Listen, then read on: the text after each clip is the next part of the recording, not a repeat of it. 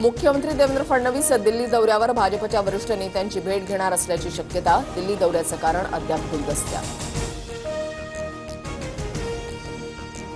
सुनेत्रा पवार आज उपमुख्यमंत्रीपदाचा पदभार स्वीकारणार. अजितदादांप्रमाणे सुनेत्रा पवारही प्रत्येक मंगळवारी देवगिरी निवासस्थानी बैठक घेण्याची शक्यता. तर 12 आणि 13 तारखेला दिल्लीमध्ये मोदी शहांच्या भेटीला.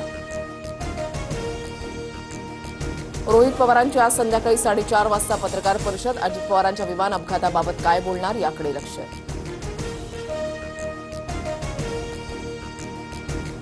जिल्हा परिषद आणि पंचायत समितीमधील यशानंतर पंतप्रधान मोदींकडून महायुतीचं अभिनंदन. पुन्हा एकदा महाराष्ट्रानं भाजप महायुतीला पाठिंबा दिला. मोदींनी मराठीमध्ये ट्विट करत मानले महाराष्ट्राच्या जनतेचे आभार.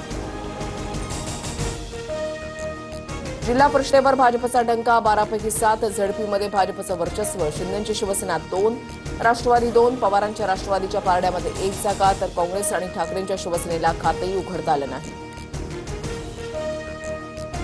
पंचायत समितीवरही भाजपचा झेंडा. 125 पैकी 55 पंचायत समितीवर भाजपची एक हाती सत्ता. तर शिंदेची शिवसेना 26, राष्ट्रवादी 25, पवारांची राष्ट्रवादी 8, काँग्रेस 8. तर ठाकरेंच्या शिवसेनेला सर्वात कमी 3 जागा.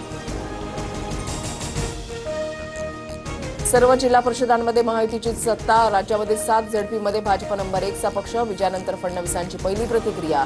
तर सकाळच्या प्रवक्त्यांकडून मवियाची मतं कमी करण्याचं काम. फडणवीसांची राऊतांवर टीका. शरद पवारांवर पुण्यामधल्या रुबी हॉल रुग्णालयामध्ये उपचार. छातीमध्ये कफ झाल्याने 5 दिवस अँटीबायोटिक्स दिल्या जाणार. सध्या पवारांची प्रकृती स्थिर. सुनेत्रा पवारांसह पार्थ आणि जय पवारांकडून विचारपूस. पुणे जिल्हा परिषदेमध्ये दादांच्या राष्ट्रवादीची एक हाती सत्ता. सर्वाधिक 39 जागा जिंकत राष्ट्रवादीला स्पष्ट बहुमत. मोठ्या विजयानंतर कार्यकर्त्यांना आणि नेत्यांना अश्रू अनावर. विजयी उमेदवारांनी सुनेत्रा पवारांसह पार्थ पवारांची भेट घेतली. रायगडमधील निकालानंतर तटकरे कुटुंब भाऊक. अजितदादांची आठवण काढताना अनिकेत आणि आदिती तटकरे एकमेकांच्या गळ्यामध्ये पडून ढसाढसा रडले. तर विजय अजितदादांना समर्पित म्हणत सुनील तटकरेंकडूनही आदरांजली. झडपी निवडणुकीमध्ये दिग्गजांच्या वारसांनी मारली बाजी. पुणे, सोलापूर, रायगड आणि रत्नागिरी जिल्ह्यांमध्ये प्रस्थापित राजकीय नेत्यांच्या कुटुंबियांना घवघवीत यश. वळसे पाटील, सावंत, सातपुते, गोगावले आणि जाधव कुटुंबांचं वर्चस्व कायम.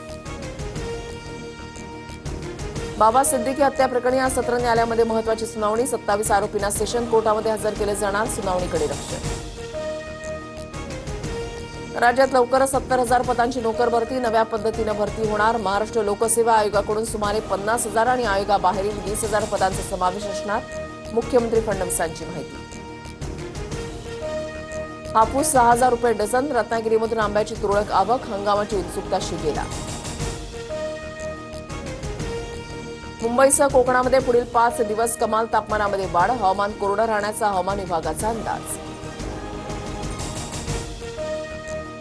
आजपासून 12वीच्या विद्यार्थ्यांची परीक्षा. परीक्षेदरम्यान कुठलाही अनुचित प्रकार घडू नये यासाठी प्रशासन सज्ज. जळगावच्या सराफा बाजारामध्ये सोन्याच्या दरामध्ये 1,500 तर चांदीच्या दरामध्ये 10,000ची वाढ. सोनं जीएसटीसह प्रतितोळा 1,60,680 रुपयांवर. तर चांदी 2,78,000 रुपये प्रति किलो असणार. T20 विश्वचषकामध्ये 15 फेब्रुवारीला भारत विरुद्ध पाकिस्तान सामना. आयसीसीनं फटकारल्यामुळे पाकिस्तानला भारताविरोधात सामना खेळावा लागणार. भारताविरोधात खेळण्यास पाकिस्ताननं आधी नकार दिला होता.